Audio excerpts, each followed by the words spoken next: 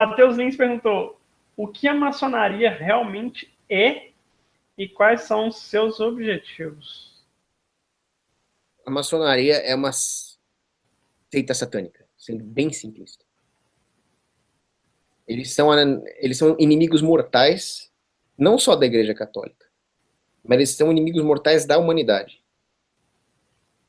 O que eles chamam de grande arquiteto do universo, e eles dizem que eles se referem a Deus como grande arquiteto do universo. Na verdade, eles estão se referindo a Lúcifer. Eles seguem Lúcifer. Eles começaram como uma guilda, que queria uma reserva de mercado, queriam encampar a economia, mas o que eles realmente fizeram foi capturar o poder dos reis e usar o poder dos reis a seu favor, a ponto de controlar a economia.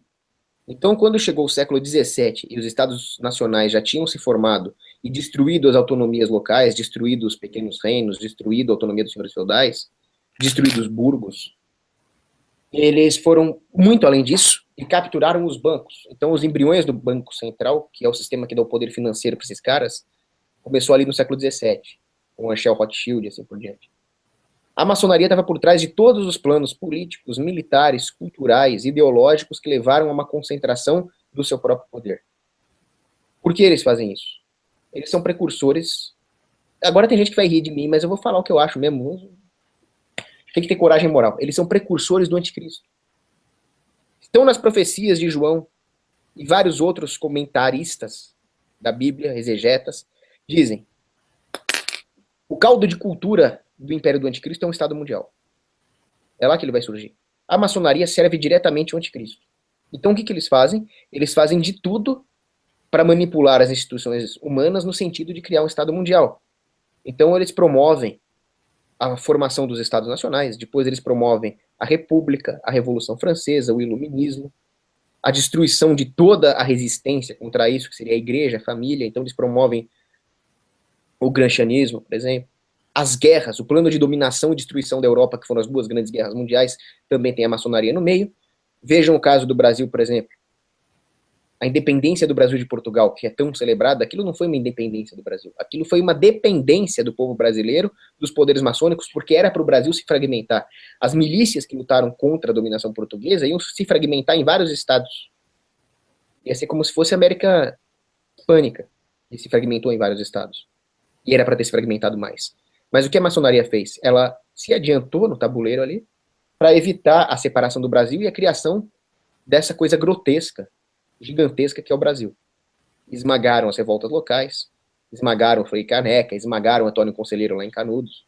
O Duque de Caxias foi um dos piores psicopatas que já existiu. E depois veio a República, totalmente financiada pela maçonaria. Depois veio o getulismo. Depois veio a ditadura militar, que foi financiada pela maçonaria americana. Quer dizer, tudo foi feito para manter o Brasil dependente desse sistema.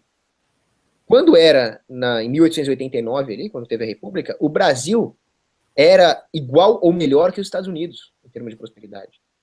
O Brasil era uma Europa tropical, em termos de cultura, em termos de identidade. Aquilo a maçonaria americana não podia suportar, destruíram. O homem massa americano não podia suportar a individualidade europeia, duas guerras mundiais. Qual é a motivação deles? Cara, qual é a motivação de Madre Teresa para fazer o que ela fazia? Por que ela fazia tanto bem? A troco do que Madre Teresa fazia tanto bem? De nada, ela gostava das pessoas. Assim como tem a Madre Teresa, tem a antítese dela. Os caras que fazem o mal pelo mal, os caras que não gostam dos outros. Talvez eles não suportem a felicidade dos outros, talvez o Rothschild, George Soros, Rockefeller, eles tenham inveja de nós. Pô, os caras têm bilhões de dólares, fuck that. Eles têm inveja do homem comum que sabe amar, e sabe se alegrar com coisas pequenas, e odeiam isso, eles querem nos destruir. Eles são precursores do anticristo. Ah, não tem o Champinha, não tem os psicopatas pé de chinelo que torturam e matam? O que acontece quando tem o Champinha com bilhões? Acontece o Jorge Soros.